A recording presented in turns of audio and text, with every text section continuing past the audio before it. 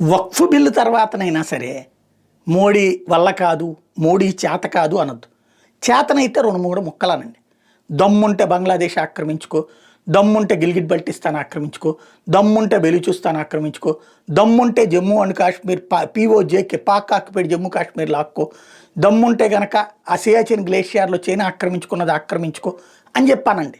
తప్పులేదు, మీరు దేశభక్తులను ఒప్పుకుంటా. ఎందుకంటే తద్వారా దేశానికి ప్రయోజనమే కదా.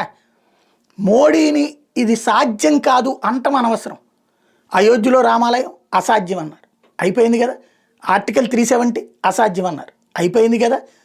వక్ఫ్ అసాధ్యం అన్నారు, అయిపోయింది కదా. సిటిజన్షిప్ అమెండ్మెంట్ యాక్ట్ అసాధ్యం అన్నారు, అయిపోయింది కదా. ఎన్ఆర్సీ అసాధ్యం అన్నారు, అయిపోయింది కదా.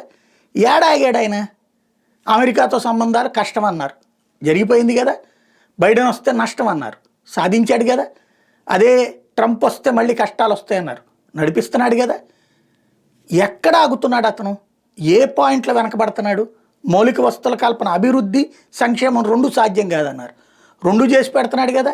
అటు సంక్షేమం కిందన బియ్యం ఇస్తున్నాడు, అట్లాగే ఏదైతే తాజాగా దేశవ్యాప్తంగా ఆరోగ్యశ్రీ లాంటి సదుపాయాన్ని కల్పించాడు, ఆయుష్మాన్ భారత్ అని చెప్పేసి ఊళ్ళల్లో మౌలిక సదుపాయాలు కల్పిస్తున్నాడు, జిల్లాకు మెడికల్ కాలేజీ కట్టిస్తున్నాడు.